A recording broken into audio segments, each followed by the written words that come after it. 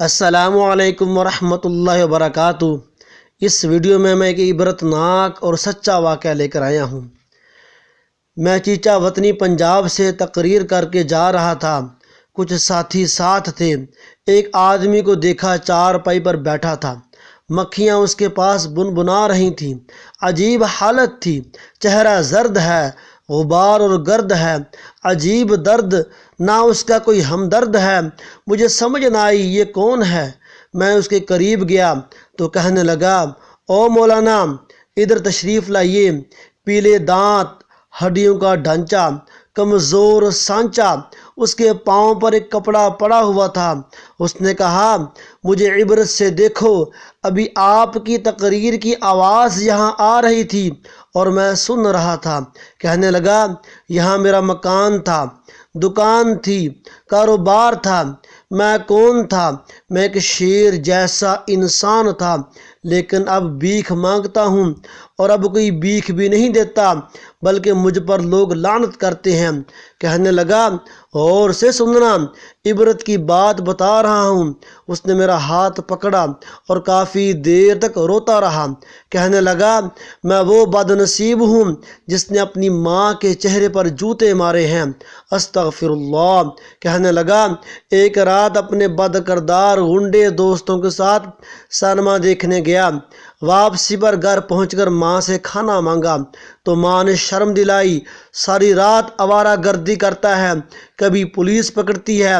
نہ تمہارا باپ ایسا تھا، نہ دادا، اور نہ یہ تیری ماں ایسی ہے، تو کن غنڈوں میں پھنس گیا ہے۔ اس نے اپنی ممتا کا غصہ اتارا مجھ پر۔ بس مجھے غصہ آیا اور جوتا لے کر ماں کو مارنے لگا۔ اس میں 2 جوتے اس کے منہ پر لگے۔ ماں کے منہ سے اتنی آواز سنی، اے عرش والے، اس لیے بچہ دیا تھا کہ آج میں جوتے کھا رہی ہوں۔ اے رب، مجھے اپنے پاس بلا لے، اب مزید جوتے نہیں کھا سکتی۔ اے رب، جس نے ماں کے منہ پر جوتے مارے، اس کتے کو تو دنیا اور آخرت میں برباد کر دے۔ کہنے لگا، اس وقت ماں کی ان باتوں کو سن کر سو گیا۔ رات پاؤں میں ایک درد اٹھا، پاؤں لرزنے لگا۔ صبح تک پاؤں سوج کر بہت موٹا ہو گیا۔ ڈاکٹروں کو دکھایا، لاہور گیا، آخر پاؤں کاٹنا پڑا۔ پھر مسلسل پاؤں کٹتے گئے۔ اس نے اپنے پاؤں کے حصے سے کپڑا اٹھایا، بہت پیپ بہہ رہی تھی۔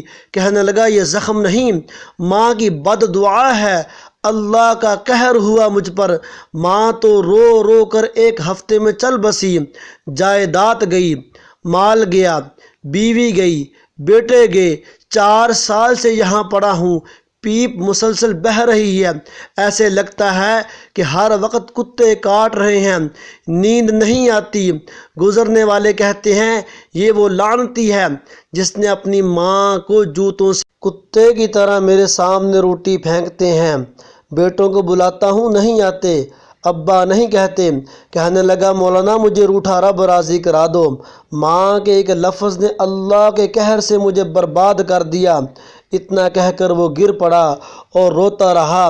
پھر اس نے آنکھ نہ کھولی۔ مولانا فرماتے ہیں، خدا کی قسم، یہ منظر میں نے اپنی آنکھوں سے دیکھا ہے۔